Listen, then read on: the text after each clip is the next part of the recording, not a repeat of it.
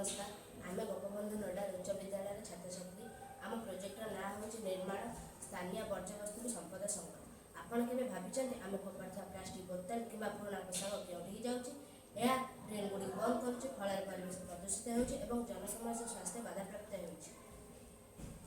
हाँ आज्ञा, यार मुख्य कारण हूँ आम घरे वर्ज्यवस्तु को अलग करूँ और यार अनेक दिग रही जहाँकि आम संप्रदाय दक्ष महिला और कारीगर मैंने अच्छा जो मान पाखे आज भी किसी काम ना गोटे पटे वर्ज्यवस्तुर पहाड़ और अंपटे बेकार।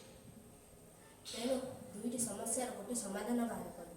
जदि वर्ज्यवस्तु स्थानीय लोक मान संपद पालट जाए एवं आरंभ है आम प्रोजेक्ट निर्माण लोकाल फॉर भोकाल थीम हूँ समाधान।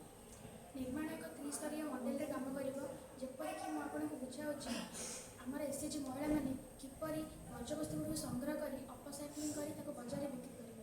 आमर स्वच्छ जाति एसएचजी महिला मैंने घर सिंगल यूज प्लास्टिक एवं पुराणा वस्त्र गुड़ संग्रह कर आम निर्माण केन्द्र को पठाइबे एवं सेठारे थिबा आम दक्ष कारीगर मैंने और महिला मैंने सफा कर अलग करेंगे।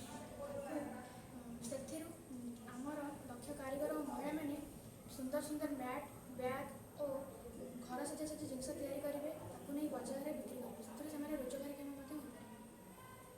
तृतीय पदक्षेप पचरा यही मेड इन ओडिशा उत्पाद गुड़ी को आम स्थानीय हाट और डिजिटाल प्लाटफर्म में बिक्री कर द्वारा तीनोटी लाभ हो। प्रथम हूँ आम परिवेश स्वच्छ द्वितीय हूँ आम स्थानीय माँ मैंने आर्थिक भाव सशक्त हे तृतीय हूँ वर्ज्यवस्तु प्रकृत संपद